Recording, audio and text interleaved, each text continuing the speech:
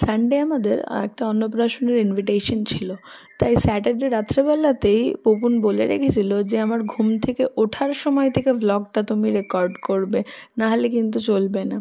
আর দিদিভাইয়ের আগেই যেহেতু পাবলো উঠে পড়েছিল, তাই ওনাকে নিয়ে চলছিল একটুখানি মজা। আর উনি যেহেতু ভীষণ শান্ত, তাই ওনাকে এক জায়গাতে 5 মিনিটের বেশি রাখা যায় না।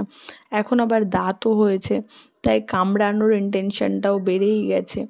আর ওনার একটা গুণ হচ্ছে উনি ক্যামেরা দেখলে বড্ড মজা পায়।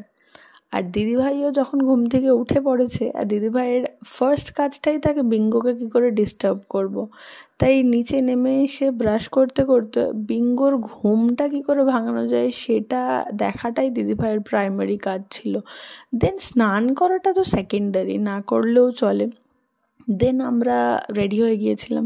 বৌমনি যদিও ফার্স্ট রেডি হয়ে গিয়েছিল, আর বাবার মেন দায়িত্বই ছিল পাবলোকে আগে নিয়ে চলে যাওয়া, তাহলে আমরা একটুখানি শান্তিতে রেডি হতে পারবো। আবার ক্যামেরায় রেকর্ড করছি বলে বাবা আবার চুলটা ঠিকঠাক করে নিয়ে একটু পোজ দিয়ে দাঁড়ালো আর কি।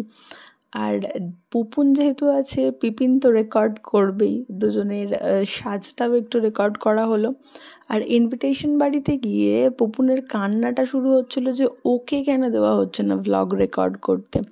সেই জন্য বহু কান্নাকাটির পর ওনাকে দেওয়া হলো দায়িত্বটা। উনি যদিও একটা ভিডিও 20 মিনিটসের রেকর্ড করেছিলেন, তো অতটা তো আর দেওয়া যায় না, ওই আর কি যেটুকু দেওয়া যাবে। নাহলে উনি যখন ব্লগটা দেখবেন তখন আবার রাগ হয়ে যাবে ভীষণ। দেন খেতে বসাটা তো আরেক যুদ্ধ, কারণ খাওয়ারটা কিছুই ভালো লাগে না। ওই একটুখানি ফিশ ফ্রাই খেতে ভালো লেগেছিল আমাদের পুপুনের, আর ম্যাঙ্গো রসগোল্লা। যেহেতু ম্যাঙ্গো রসগোল্লাটা দেওয়ার পরেই আমি বললাম যে রেকর্ড করছি, তাই আবার বোতলের পেছনে মুখটাকে নিয়ে মুখ লুকোচ্ছে। আর উনি নাকি এত খেয়েছেন যে হাতটা পুরো তেল তেলে হয়ে গেছে, তাই জন্য নুন লেবু দিয়ে হাত না ঘষলে নাকি হাতের তেলটা উঠছে না।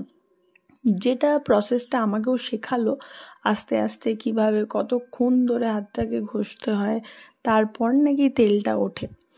আরেকটা ওনার যেটা ফেভারিট ছিল সেটা হচ্ছে আইসক্রিম। আইসক্রিমটা শুধু উনি একা খাননি, ওনার জামাটাও খেয়েছে। তার একটা রিজন হচ্ছে প্রথমেই লোয়ার পোর্শনটা খেয়ে নিয়েছে,